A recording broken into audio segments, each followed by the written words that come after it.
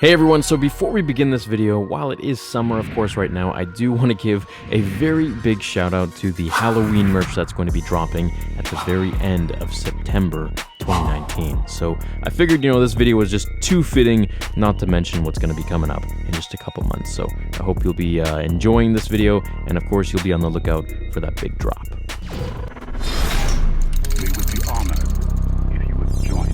Now, the following story is canon, well, sort of. I'm going to tell you the story, and it'll make everything more clear at the end. During the Clone Wars on Rey, known as the Planet of Eternal Light, the arrival of a mysterious figure the populace has ever laid their eyes on, but simply referred to as the Dark Lord, has made the already hard life that Rey offers its people into something far worse. A living nightmare of constant fear and trepidation. After having desecrated their citadel of light, a sacred beacon for the Brayans, and leaving it shrouded in darkness, this Dark Lord plagues their village, causing all their technology to stop functioning, and the villagers convinced they are cursed. And so, the Jedi have sent Obi-Wan Kenobi and another Jedi named Adigalia to investigate. When they arrive in the village, they are immediately attacked by one of the Dark Lord's creatures of the night. A flying, grotesque humanoid creature that looks like a mixture of a Mynock and a bat. Obi-Wan's clone troopers open fire on it, but it simply eats the blaster bolts. Then slashes one of the troopers across the chest, penetrating his armor, but leaving him alive. Before it can do any more damage, Adi uses the Force to propel it away, and it retreats back to the Citadel. The two Jedi hurry to their shuttle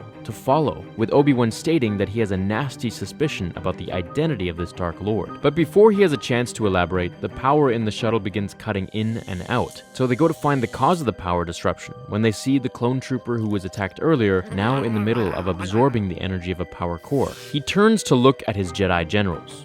No longer human. Instead, he has been turned into one of these creatures of the night. The scratch he received has infected him. Before he gets a chance to infect Obi-Wan, another clone trooper stuns him with a blaster shot in the back. The Jedi then head to the Dark Lord's lair. Obi-Wan is convinced he knows who they will find within the walls, Count Dooku. And indeed, that is who stands there waiting for him. But when they confront the Count, the Sith Lord explains he is merely a guest. It's not him who's the Dark Lord. Then enters a much larger and broader version of the humanoid bat-like creatures, Ravna, Lord of Darkness. The two Jedi spring into action and whirl their lightsabers, but then, like with the blaster bolts before, Ravna simply absorbs Obi-Wan's blade into his huge fanged mouth and slams the Jedi to the door. Adi swings her blade to strike the Dark Lord from behind, but before she can do anything, is overwhelmed by Force lightning from Dooku. Seeing Dooku's display of power, Ravna wonders if perhaps he should feast on the Sith Lord too. Dooku reminds him about their agreement to help destroy the Jedi.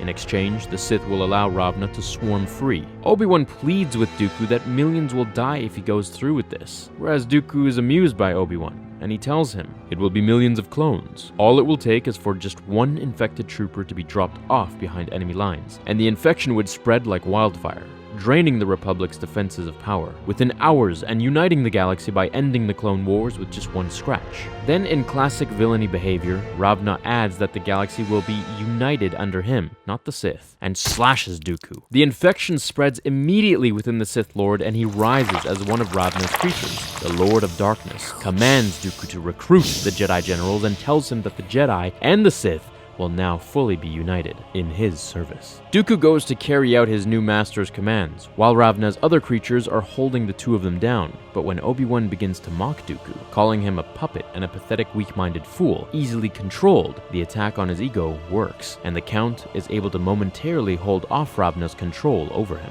Answering Obi-Wan's insults with, "How many times must I tell you, Kenobi? Do not underestimate the power of the dark side." He swings around at Ravna and unleashes a storm of Force lightning at him and his creatures. It doesn't hurt them, but they are incapacitated as they absorb the massive amounts of energy. Dooku can't fight off Ravna's mind control forever, and tells Obi-Wan to hurry, but bury them while they feed on his lightning. Obi-Wan, seeing that the Citadel is old and already partially collapsing, decides to give it a helping hand. So both he and Adi use the Force to tear the foundations apart. The whole building collapses, entombing Ravna forever, and with that, his malignant influence is broken.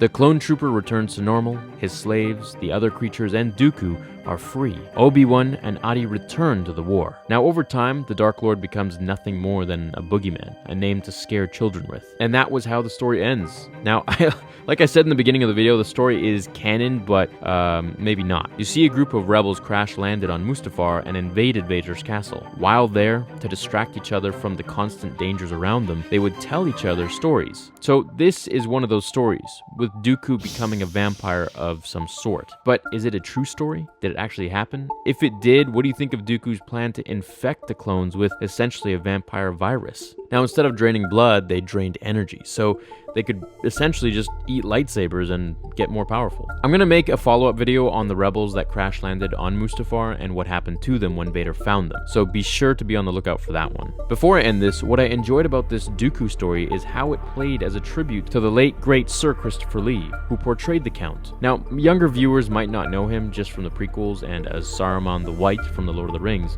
but before that, he was mainly famous for playing a different Count, Dracula. In fact, he played the vampire in several movies through the 60s and 70s. He would usually square off in these films against Peter Cushing, who would go on to play Grand Moff Tarkin. I just thought it was a cool, neat tribute that they did. Have a great day, everyone. Hit like on this video if you enjoyed it, and I'll see you in the next one. Until then, remember, the Force will be with you, always.